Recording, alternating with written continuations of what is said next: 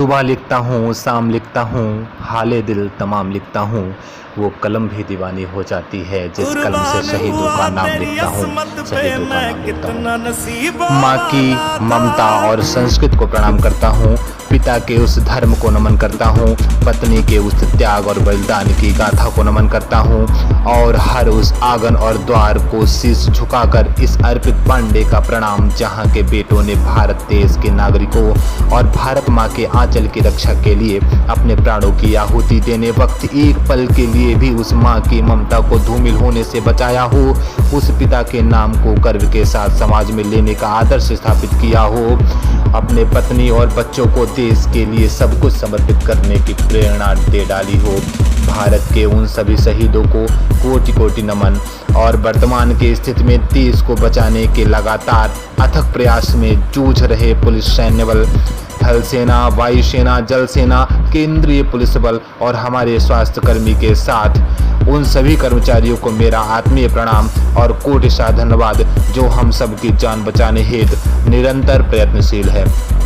देश में ऐसी विषम परिस्थितियों में जहां लोग बाहर निकलने से डर रहे हैं, वही हमारे ये जाबाज अपने सर पर कफन बांध कर चल रहे हैं। उन सभी सरहदों, चौराहों, धरोहरों, शहर, गांव, गली, मोहल्ला जहां मौत का कोहराम, चाहे वो कोरोना जैसी वैश्विक महामारी हो या फिर देश का भला ना चाहने वाले आतंकवादी, चोर या गिरोहों की गैंग के कारण ही क्यों ना मचा हो, मैं देश के उन सभी नागरिकों से पूछना चाहता हूं कि क्या हम जिनकी वजह से घर में बैठकर अपने परिवार के साथ चैन की सांसें ले पा रहे हैं, क्या उन जाबाजों का परिवार, घर, माँ बाप, पत्नी, बेटा या बेटी नहीं होंगे? यदि वो अपना सब कुछ छोड़कर हमें बचाने आए हैं तो क्या वो देवतुल्य नहीं, क्या वो पूजनीय नहीं? यदि है तो हमारी जिम्मेदारी नहीं कि देश के जब भी किसी माँ की गोद सुनी हो या किसी पत्नी के माँ का सिंदूर छिन गया हो तो हम 133 करोड़ आबादी वाले देश के लोग हैं साहब, प्रण कर ले तो वो शहीद का परिवार भूखा नहीं सोएगा। संस्कृत में एक श्लोक है साहब, जलबिंदु निपातेन क्रमशः पूरिते घटः सह हेतु सर्व विद्वाना धर्मश्च धनश्च, अर्थात बूंद बूंद से घर आप भरता है। यदि प्रति घर अपने घर के सदस्यों की प्रति संख्या 1 रुपए भी उन शहीदों के परिवार को किसी तरह दान करे, अर्थात एक घर में छोटे बड़े मिलाकर यदि 5 सदस्य हैं तो 5 रुपए भी उस घर से अपनी जिम्मेदारी समझकर 5 रुपए दान किया जाए तो कभी उस शहीद का बलिदान माँ भारती के चरणों में निरर्थक नहीं होगा।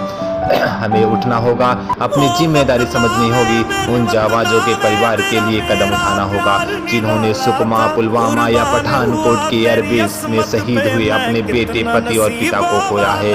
मैं पूछता हूं सरकार से कि क्यों सेना के सैनिकों को राजकीय पुलिस प्रशासन के समान अधिकार नहीं प्रदान किया जाता? क्यों सैनिक के परिवार को भी पुलिस की चौखट पर अपने चप्पलों को घिसने के लिए मजबूर होना पड़ता है? क्यों सरकार विशेष अधिकार क्षेत्र प्रदान करने में सैनिकों के लिए पहला कदम नहीं उठा रही? आखिर क्यों और कब तक उन जाबाजों के साथ यह द्विमार्गी नीति का नियम का पालन किया जाएगा? हो सकता है माँ भारती के हृदय का करुण रोदन सुनकर उन गैर जिम्मेदार नागरिक, अधिकारी और प्रशासन के कान खुल जाएं और सैनिकों के विशेष अधिकार मांग की यह पुकार इस पंक्ति के माध्यम से सुन ली जाए।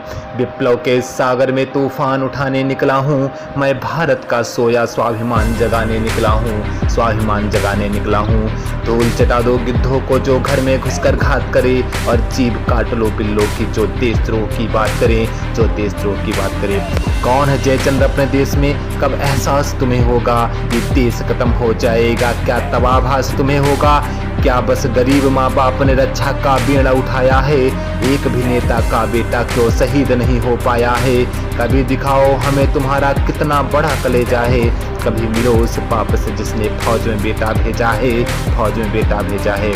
आजाद सिंह आजाद नहीं आजादी का दम भरता है, ये बेबस दिल रो पड़ता है जब देश का बेटा मरता है, जब देश का बेटा मरता है। जय हिंद, जय माँ भारती।